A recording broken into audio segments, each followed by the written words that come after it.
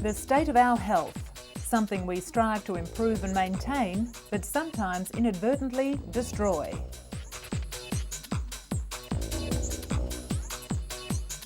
Universally, it's vitally important. The Germans have a universal word for it. Gesundheit. In this edition, doggy delicacies. Are they inhumane and unnecessary, or just what the doctor ordered? Dog meat is prized in many parts of the world for its taste and health properties, but is it really a cut above the rest? British scientists have made a discovery that could help cure drug-resistant tumours. By switching off the body's natural defences to chemotherapy, they can ensure that optimum levels of the life-saving drugs are reaching the targeted areas.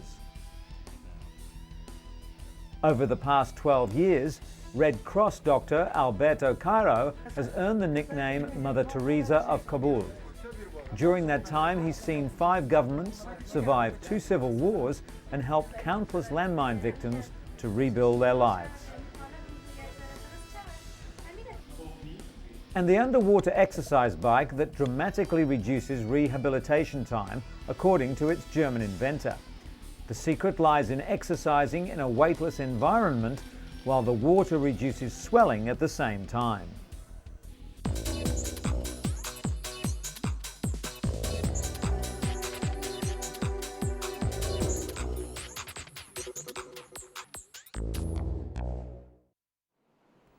But first, Polly Henninger is one of over 6 million Americans who suffer from vertigo, an illness which literally turned her life upside down. At Johns Hopkins Medical Center in Baltimore, doctors diagnosed Henninger with Meniere's disease, a disorder caused by a buildup of fluid in the inner ear. Often during an attack, a patient's eyes will beat back and forth. These glasses help doctors detect that beating, known clinically as nystagmus. Polly then got an antibiotic injection in her inner ear to deaden the nerves. Almost 1 in 10 people over 65 suffer from vertigo or other balance-related problems, and tests like these help in the diagnosis. Doctors warn that sudden dizziness could also indicate low blood pressure, vision problems, stroke, and even brain tumours. It's therefore imperative to seek treatment as soon as the symptoms appear.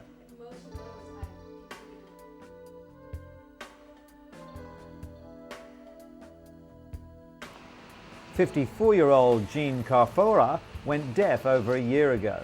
Suddenly there was silence when only days earlier she could hear a pin drop. The boy fell from the window. But thanks to a new method that mimics how ears hear in tandem, Jean will now rely less on lip reading and more on her hearing. The boy fell from a window. Close. The boy fell from the window. Surgically placed in the inner ear, a beeper-like device sends impulses to stimulate the auditory nerve so Jean can decipher sound. These cochlear implants aren't new, but tuning them to each other is. You got it? Bill Shapiro, an audiologist at New York University, is working with Jean, the first patient to undergo this procedure. The hope is that the wearer will be able to localize sound and hear better in noisy environments. Jean will probably never hear normally and is still considered hearing impaired, but doctors say she'll grow more accustomed to the implants in the coming months. Like Jean, 28 million Americans suffer from significant hearing loss, yet as many as 23 million don't wear hearing aids. Financial considerations and cosmetic concerns are the most common excuses. The Songbird is the world's first disposable hearing aid, a discrete device that works like a traditional analog hearing aid but costs just $40 versus the $600 to $2,000 charge for the standard hearing aid. To help boost the hearing loss in his left ear, Lawrence Dunson began using the disposable device. Now he sees doctors every 40 days when the battery expires. For Lawrence, the Songbird truly marks the dawning of a new era. The disposable hearing aid is not suitable to all patients, particularly those with serious medical conditions, and because they're not custom fitted, some people are physically unable to use them. A digital version should be on the market within the next 3 years.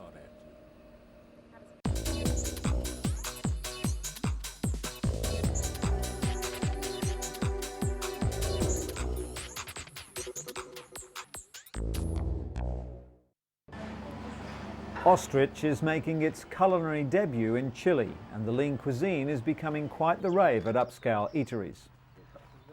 Farmer Cristobal Bascuan says his business began when he read about the quality of the meat on the internet. Ostrich steak is similar to beef in texture, taste and appearance, but it has 2/3 less fat than beef, less than half the fat of chicken, and fewer calories than beef, chicken or turkey. The birds are also prolific breeders. An ostrich produces 40 or even 50 chicks a year. But the price isn't cheap. The iron-enriched, healthy red meat costs twice as much as regular beefsteak. Welcome to the house of Mwamba family, 20 kilometers east of central Kinshasa. Donatien Mwamba runs a small restaurant in his compound. Every day around lunchtime, the household prepares for the arrival of the first customers. Donatien and his clients start out drinking Lotoko, a very strong local brew, while playing cards, listening to music and dancing. This looks like the beginning of a relaxing afternoon. At lunchtime, there's just one popular meal on the menu: dog. That's right, D-O-G. Dog meat is considered a delicacy in some regions of the Congo, especially by the Baluba tribes people, who believe the hounds are healthy for you too. Animal rights activists would be outraged, but Donatien isn't concerned. Man's best friend is just a nutritious meal to him. After a few minutes of bargaining, Donatien buys the dog for 1,700 Congolese francs. After being skinned, the carcass is singed to get rid of stray hair. Then it's washed carefully with soapy water and cut into pieces. The meat is cooked in tomato sauce with a lot of chili pepper and served with pounded leaves and cassava paste. Dog meat lovers swear that it's good for you. According to the locals, when you eat dog meat, your level of blood rises and you remain in good health. 13-year-old Henri Lusangi raises dogs in his backyard for sale.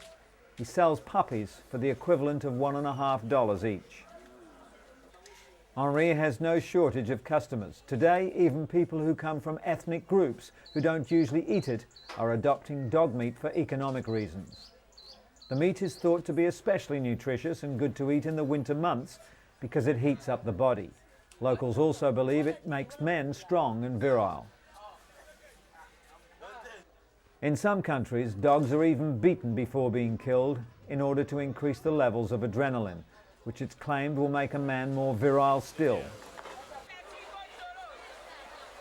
With hardly a health regulation to speak of, the Congo can be a very risky place for a meal, but people like Donatien and his loyal customers, who swear by the health-giving properties of the food, aren't about to give it a second thought. But what dog meat only claims to do, one odd little Peruvian plant actually does, and that's boost the libido.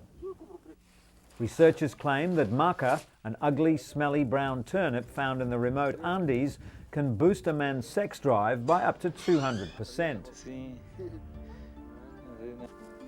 Science may have finally dispelled the myth of the Latin lover. Maca is also said to reduce anxiety and even increase sperm count. Peru's maca export is currently bringing in between $2 and $3 million, and the latest research, which has not undergone independent review, could bolster sales even higher.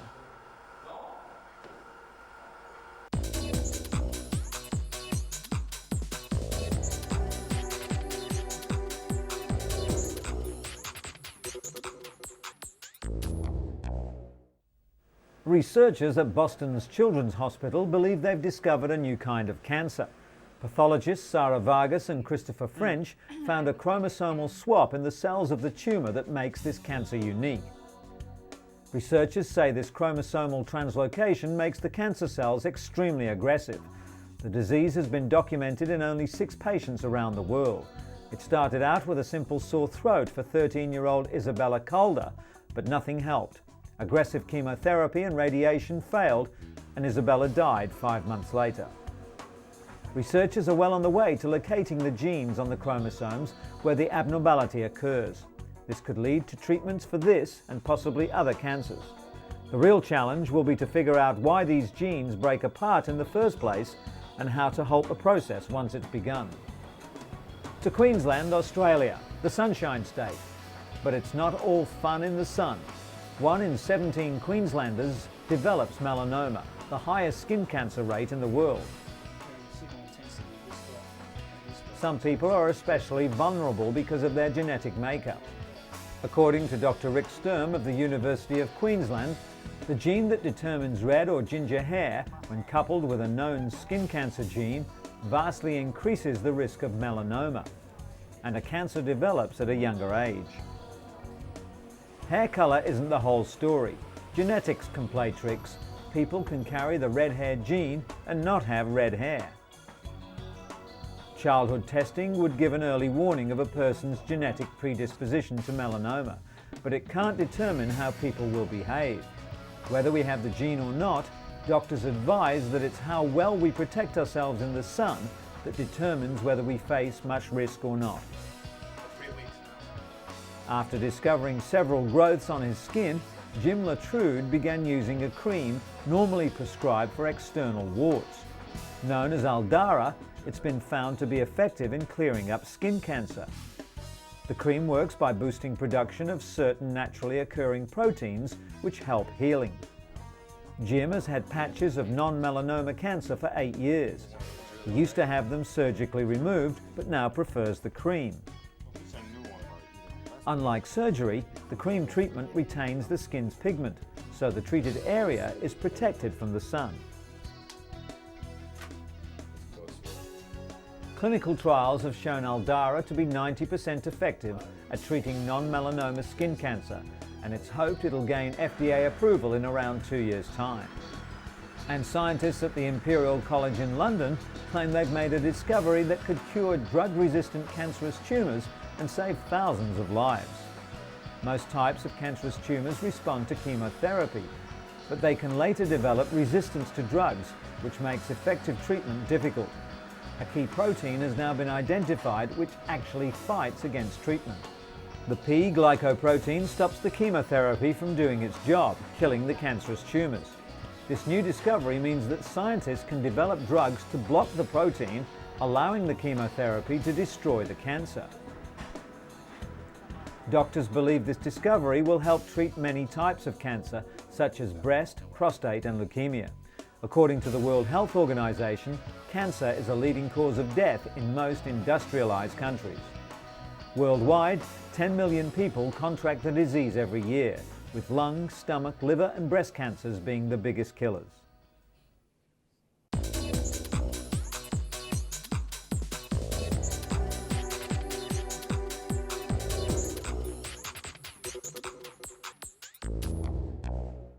Afghanistan has more landmines than any other country in the world. It's estimated that up to 8 million of the deadly weapons still lie in wait. The US campaign to rout out the Taliban inadvertently forced thousands of refugees to flee their villages, often straight into minefields. As a result, the number of injuries and deaths suddenly skyrocketed. A visit to an orthopedic centre in Kabul illustrates the human cost of 23 years of war in one of the world's poorest nations. In just the past 12 years in Afghanistan, Alberto Cairo has seen 5 governments survive 2 civil wars and helped countless people disabled by landmines and rockets to build their lives. Through the bloody warlord era after the Soviet withdrawal and the austere years of Taliban rule, the flamboyant Italian has worked as head of the International Committee of the Red Cross Orthopedic Project, earning the name Mother Teresa of Kabul. His centre treats around 300 invalids a day, 80% of them landmine victims, and often treatment, training and counselling to help them reintegrate into society. Cairo and his staff encourage their patients to learn to walk again with prostheses and go on with their lives, not to think that their lives are over, as so many do. Before the bombing, around 90 people a month were killed or maimed by landmines. The number now stands at over 550. Half the victims die before reaching what few medical facilities still exist, so in reality, these patients are the lucky ones. Since it began in Kabul in 1988, the International Committee of the Red Cross Orthopedic Project has also opened centres in Herat, Mazar-e-Sharif, Jalalabad, Gulbahar and Faizabad. The Kabul centre operated during the decade-long Soviet occupation, when most of the minefields were first laid out, and continued its work through the Taliban era, not least because of some of its patients were Taliban, although men had to be strictly segregated from women.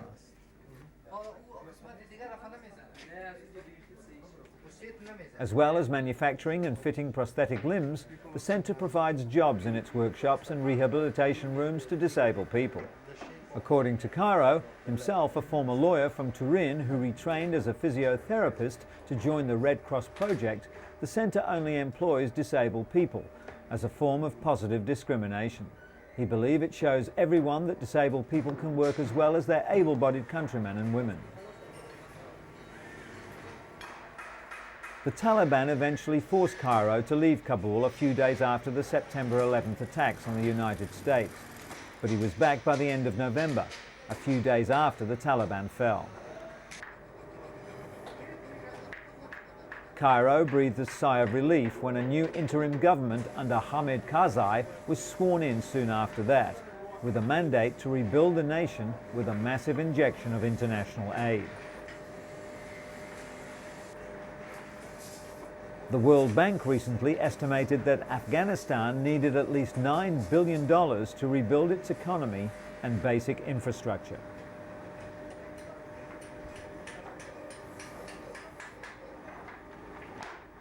Following a year of terrorism, war and devastating natural disasters, the British Red Cross is aiming to raise more funds to be used immediately for disaster situations.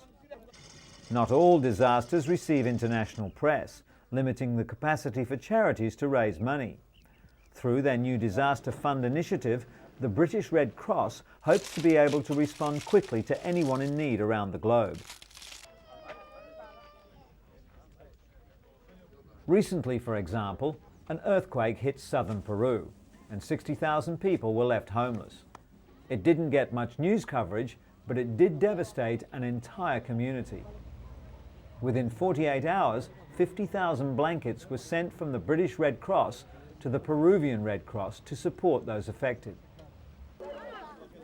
With over 130 years of experience, the British Red Cross plays an important role on the world stage and continues to work under two fundamental principles: neutrality and humanity.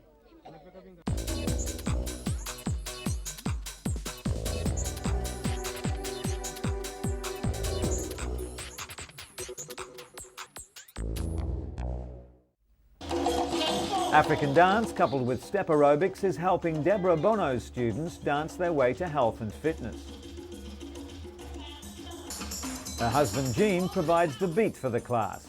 It's his drumming, along with her endless energy, that drives these women to reach new aerobic highs.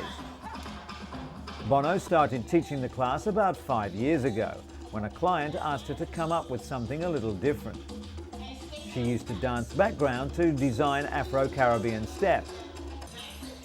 Its popularity draws people from all cultures and nationalities.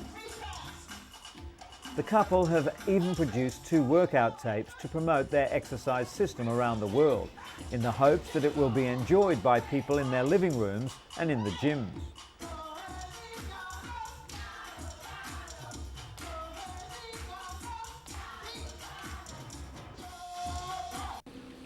Speaking of gyms, a German doctor had borrowed some exercise equipment and modified it to treat injuries and other physical disorders. The underwater bicycle dramatically reduces rehabilitation time for patients with leg injuries. Martin Hartkop is one of Dr. Van Katten's patients. He recently underwent surgery for tearing his cruciate ligament while playing basketball. The ligaments hold the knees in place, providing stability and flexibility. Conventional rehabilitation takes about 14 weeks, and hydrotherapy is only introduced in the later stages. Patients are normally able to straighten their knees after 10 weeks, but studies show that people training on the underwater bicycle could flex their legs after just 6 weeks. The secret lies in exercising in a weightless environment. In other sports news, Impact Leisure International has developed a new ski slope surface, which will give skiers a softer, easier landing. The injury-free invention, known as Playgrass, is made of 2 layers of geotextile material and is gap-free, which means fingers and thumbs can't get trapped in a fall. The company has already had considerable interest from Mexico, the Far East, and several European countries, including Italy, Spain, and Portugal. Those who've already tried the new slopes claim the surface offers more turning ability and is even more slippery than normal skiing, but without the bruising.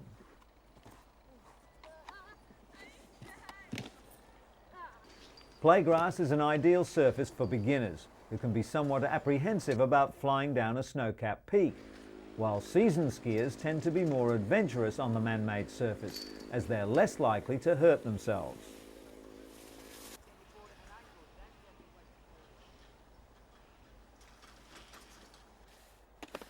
The company has had particular interest from America, where personal injury concerns have until now stopped the development of the dry ski slope industry.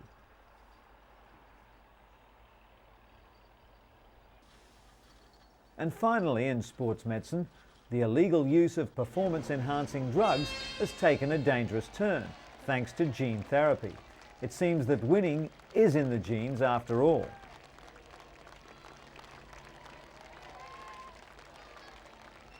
Scientists at University College London studying cardiovascular genetics have identified the first 7 genes associated with human performance. While their work is being designed to help those with serious illness, it's feared it could be illegally used by athletes. By understanding how these sporting genes work in regulating performance, opportunists might find pharmaceutical ways of enhancing the body, much like the human hormone EPO was copied and used by cyclists to enhance their strength, stamina, and riding ability. Research in this field is just getting started, so matching the right genes to types of performance is still a long way off. At some point, though, it could lead to the arrival of gene drugs, which would be very difficult to detect.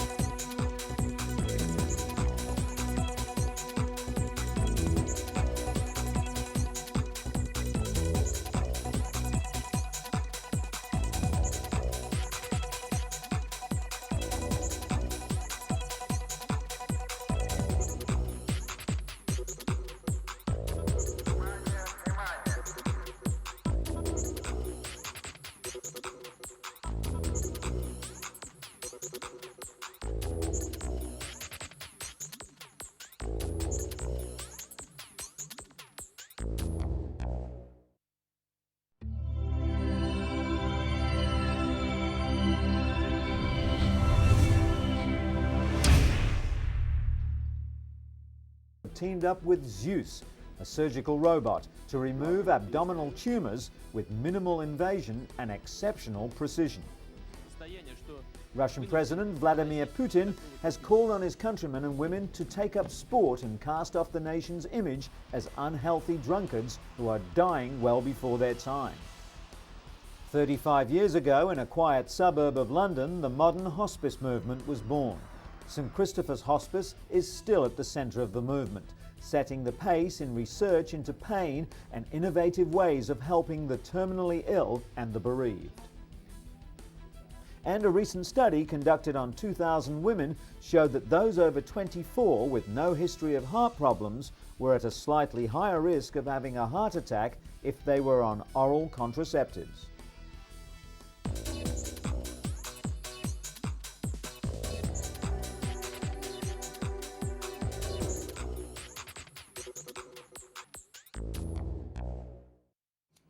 But first, imagine preparing a crack pipe as part of a new addiction therapy program.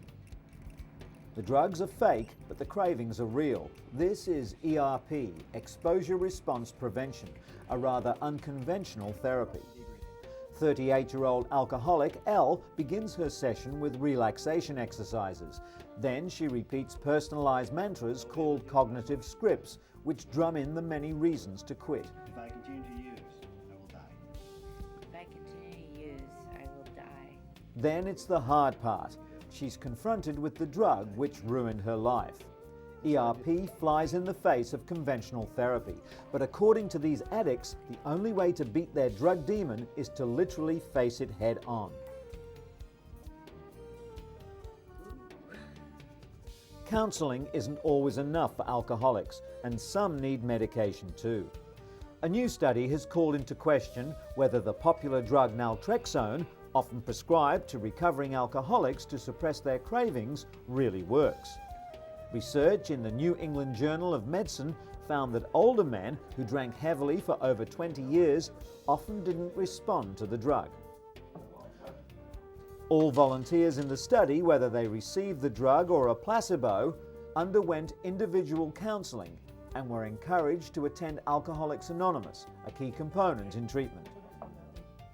The National Institutes of Health is funding several additional studies on new medications, most of which target specific areas of the brain that respond to alcohol.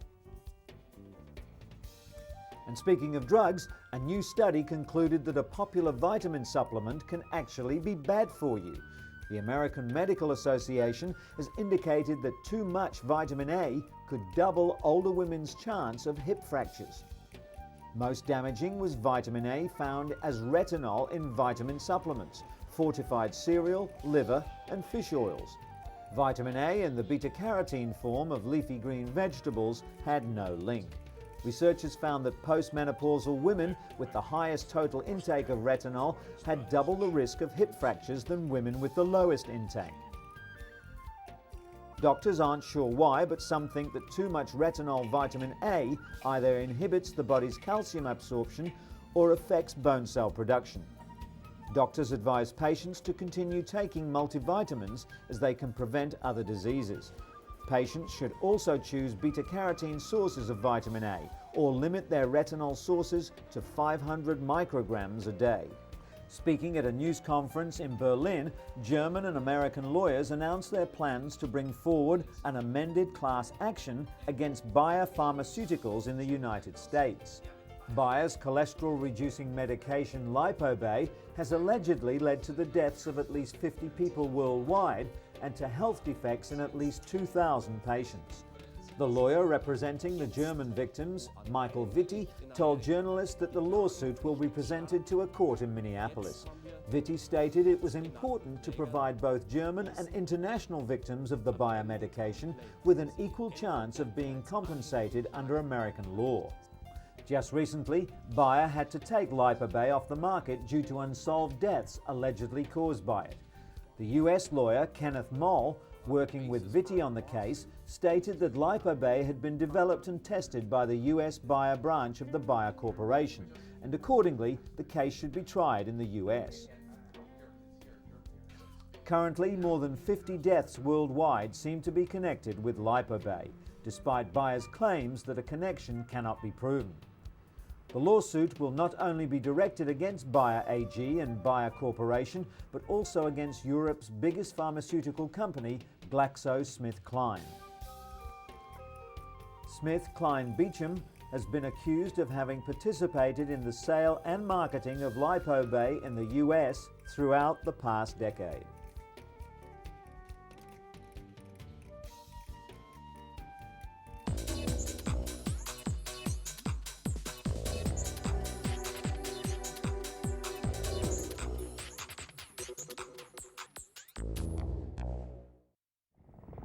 Tula Westlake is having the time of her life on a 5-star vacation viewing animals in the African bush. But her trip is more than just relaxation. She's one of the growing number of scalpel safari tourists coming to South Africa for a nip and tuck, and then recuperating while on safari. A few days earlier, she went under the knife in a Johannesburg clinic. During 5 hours of surgery, she had a breast lift and enlargement, plus a tummy tuck and liposuction. Tula was thrilled with the results and felt she got value for money. Patients first relax at luxurious hotels before entering hospital for their cosmetic surgery.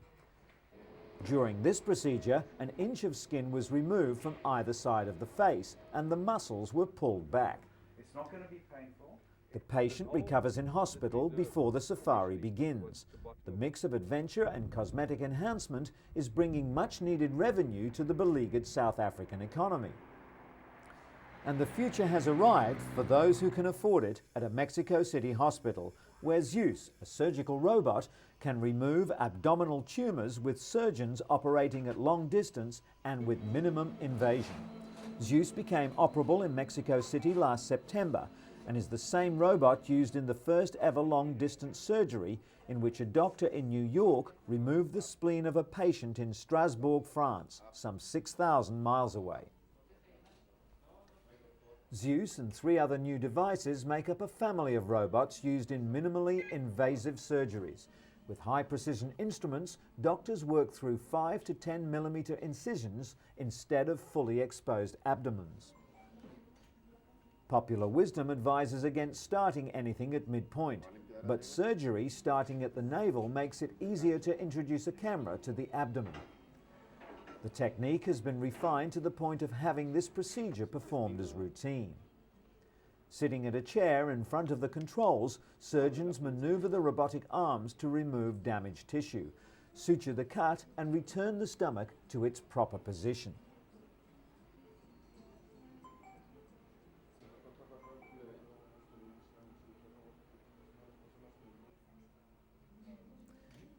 Stitches and sutures are cut with electricity to avoid any internal bleeding, and the whole procedure can be watched on several monitors.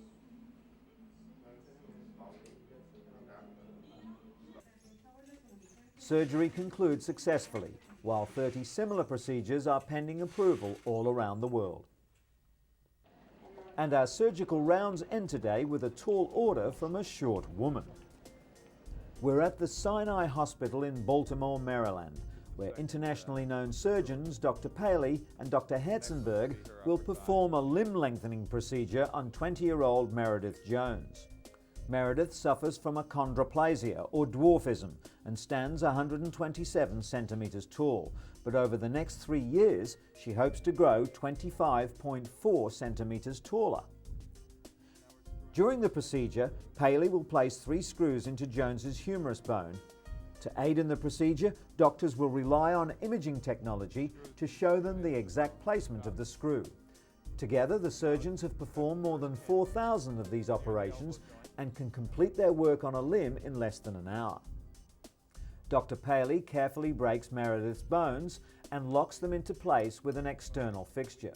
For the next 7 months, she'll rotate the screw 4 times daily to lengthen her bones. The device works by gradually pulling the broken bone apart, which will then be filled in by new bone.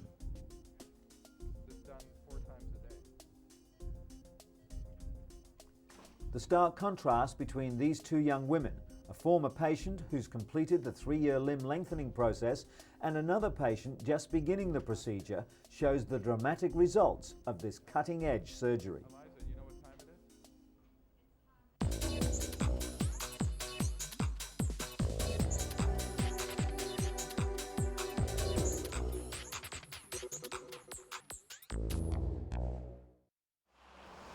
Russia's President Vladimir Putin is on a health drive. He wants his countrymen to get fit, stay off drink and live longer.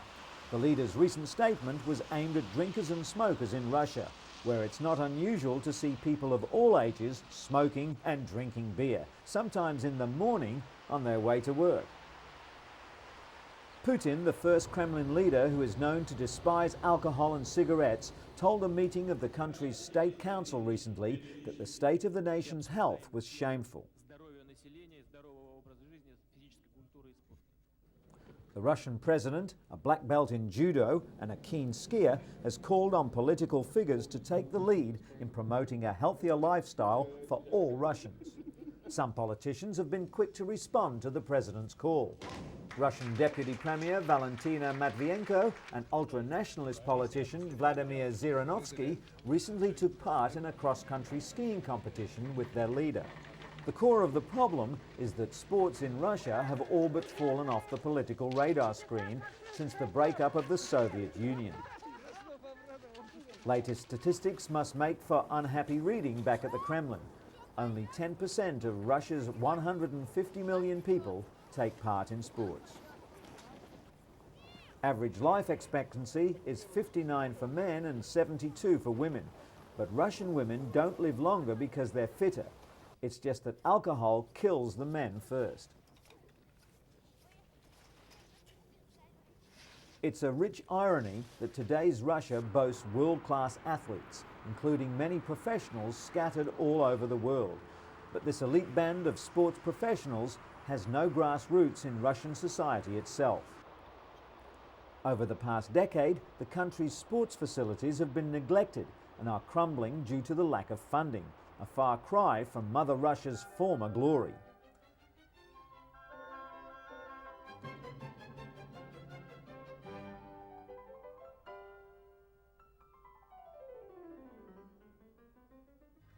Today, a small but growing middle class is pumping iron. They clearly think that a fitness club membership is money well spent. At this expensive Moscow health club, members believe they're adding at least an extra 5 to 10 years to their lives.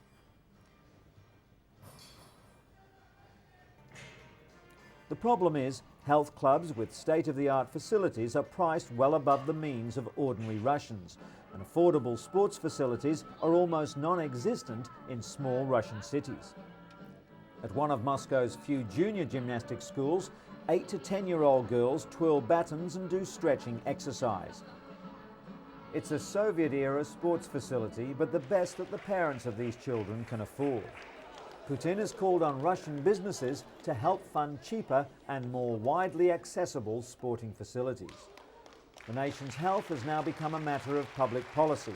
Whether Putin will win the contest to stop the rot still remains to be seen. But with state funding all but dried up, many locals don't believe that businesses alone could do enough. As the Russians have discovered, where you live could have a profound impact on your health. The New England Medical Journal found that study participants who developed cardiovascular disease were more likely to live in disadvantaged neighborhoods. Whites living in such neighborhoods were found to have a 70 to 90% higher risk of coronary disease, while blacks had a 30 to 50% greater risk. Factors that contribute to illness include the lack of public spaces and recreational facilities, increased tobacco advertising, and the unavailability of healthy foods.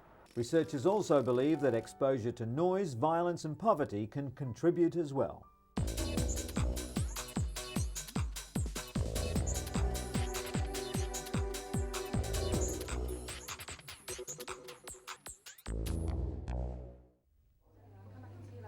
Modern hospices offer people with incurable diseases professional medical help to control pain and, just as importantly, emotional support for themselves and their loved ones.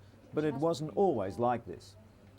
In the 1940s, patients and their families were often distressed by a hospital system which wasn't set up to care for the terminally ill. Working as a nurse back then, Dame Cicely Saunders found little help available for patients with terminal illness. She decided to devote her life to improving care for the dying. She even trained as a doctor, researching new ways to control pain. In 1967, Dame Cicely founded St Christopher's Hospice in South London. It was the world's first teaching hospice, combining clinical care with teaching and research, as it still does today.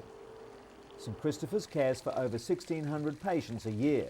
Some are admitted to the 50-bed inpatient unit, but most are cared for at home by the doctors, nurses and social workers of the hospice's home care teams, an innovation pioneered by this hospice. Since its foundation, St Christopher's has been at the forefront of research for the care of the dying, which has now developed into a recognised medical specialty, palliative medicine. The regular and safe giving of oral morphine to control pain was first done at this hospice. 1 day a week, inpatients and those cared for at home are offered activities at the day centre, including craft work, aromatherapy, painting and creative writing. The aim is to counter the feelings of helplessness and isolation that chronic illness can produce. A resident artist offers coaching and advice. He can even bring a patient's artistic vision to reality if they're too weak to hold a brush. The centre also offers more formal art therapy sessions to help people to get in touch with feelings they may not be able to otherwise express. It's also about getting people in touch with their strengths as well.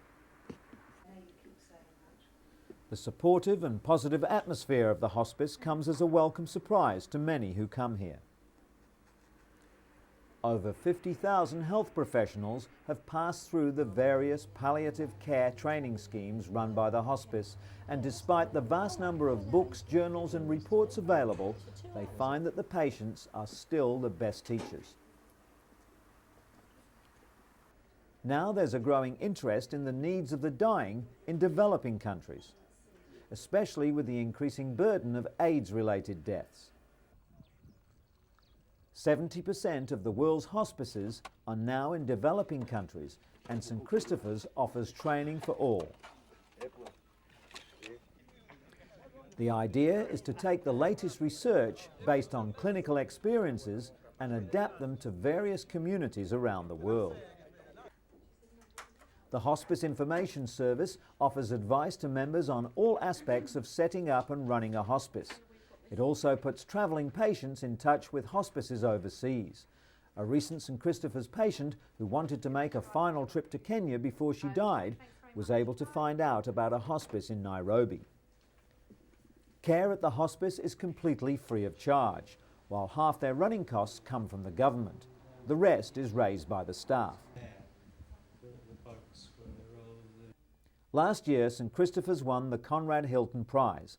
The $1 Million award was in recognition of the pioneering work of the hospice in bringing light to the previously misunderstood or ignored world of the dying and their families.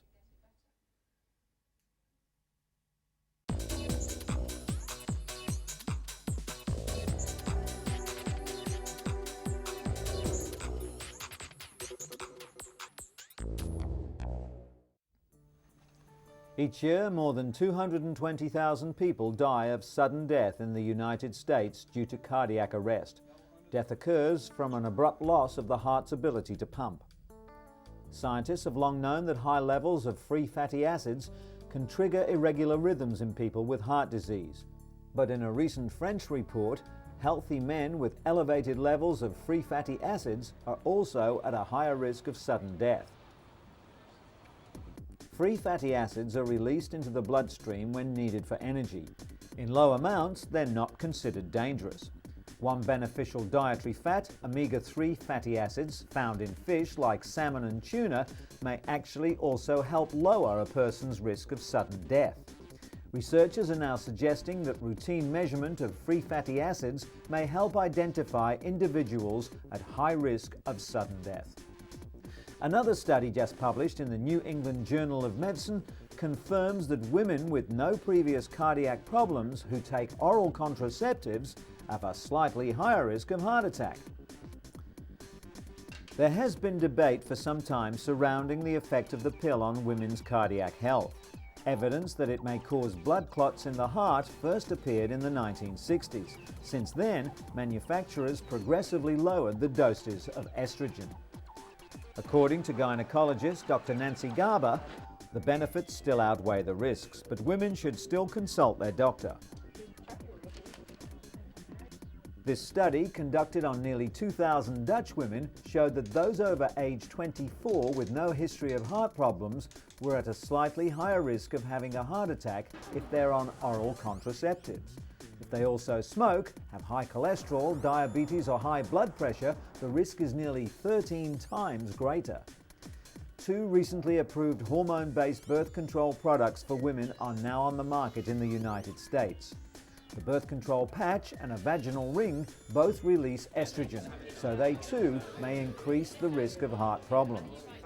And from Britain, celebrations for the opening of a $5.4 million centre designed to bring some of the country's leading heart scientists under one roof. Former heart patient Lord Michael Heseltine opened the centre, which was made possible by the British Heart Foundation's largest ever grant. Some years ago, Lord Heseltine himself suffered a major heart attack. 4 of Britain's top specialists will lead a team of more than 120 researchers. They'll be looking at the underlying processes which can cause heart disease and ways of preventing and treating it. Heart disease is one of humanity's greatest foes, and an urgent need exists to understand it and then defeat it as quickly as possible. Sentiments that 2-year-old heart patient Jack Waller would surely agree on.